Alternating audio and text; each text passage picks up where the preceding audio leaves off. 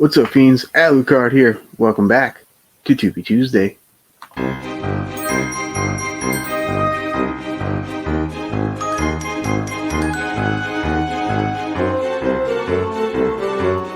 Alright, so today for Tubi Tuesday, I picked Dead Ant. Filmed by Ron Carlson.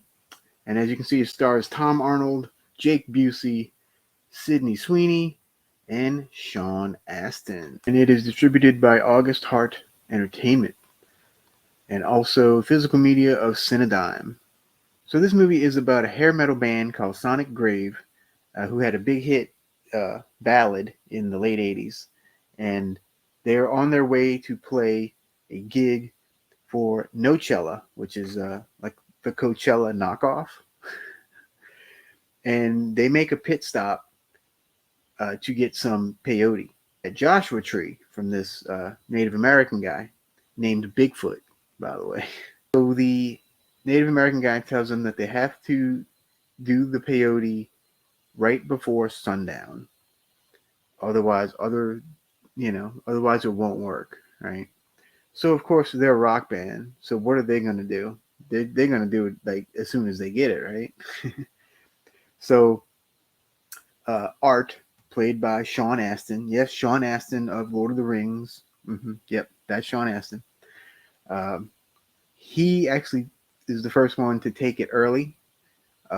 He's the bass player of the band, which is funny to me because I'm also a bass player.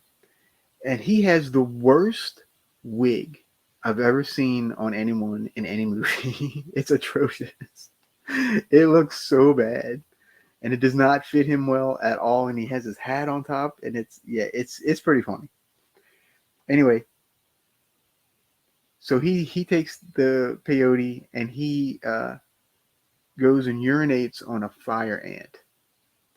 And this starts the whole thing. So the ants attack Art, and they're crawling all over him. You know, it's real bad CG, but it's funny.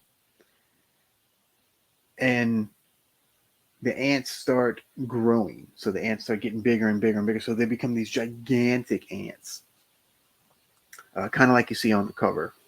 Kind of like you see on the cover. They don't ever get on any of its head like that, though. And that's but that anyway. Shawn Astin does have a really funny line. They're driving, and he was like, "Man, I want to take the peyote, right?" And then and the girl's like, "Don't take it yet." Blah blah blah. And then Shawn Astin's like, "Well, I'm from the Shire. I can handle it." I thought that was pretty funny. So anyway, long story short, the band figures out that every time they kill an ant, the other ants get bigger. Yeah, I didn't know how that worked exactly, but they somehow figured that out.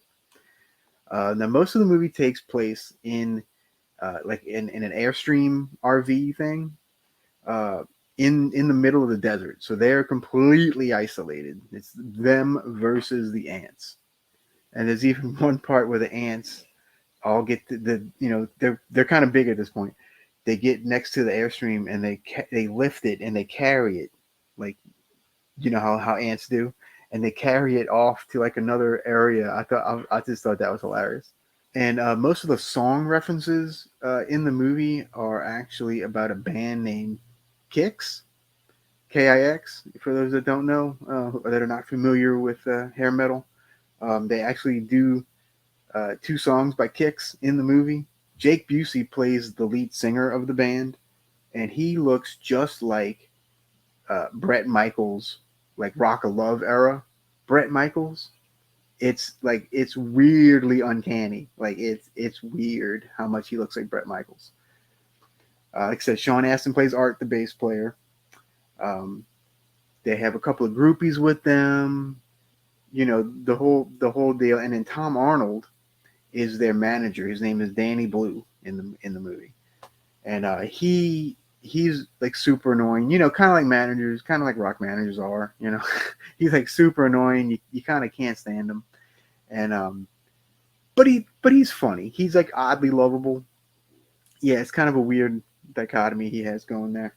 I know a lot of people complain about the bad CG in this movie. I've read some reviews and stuff, And to those people that complain about the bad CG, this movie is not for you. I'll tell you that right now, because this is just a fun. It's not meant to be scary. It's not meant to be, you know what I mean? It's one of those fun horror comedies that definitely leans more toward the comedy. My two biggest complaints though are sometimes Tom Arnold did get quite annoying, and I'm just like, dude, just shut up.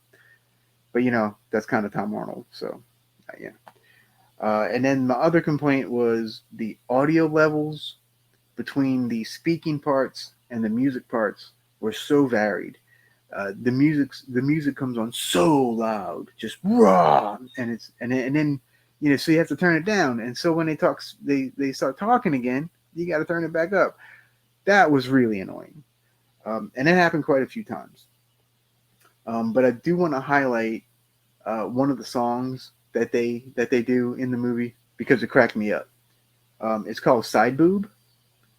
That is the name of the song. It was written by the director Jake Busey and I think another actor in the movie, and I think maybe even Tom Arnold. But yeah, it was absolutely hilarious song, and they play the whole thing over the end credits. Um, so yeah, it definitely ends on a bang for sure. Um, the acting is kind of what you expect in these type of movies. None of it was bad. It was definitely above average to pretty good acting for the most part. They do have a couple of alternate titles. In the UK, sometimes it's called Giant Killer Ants. Yeah, I'm like, okay, well, that's lame. However, in Germany, I do like this title. It's called Dead Ant Dash Monsters versus Metal.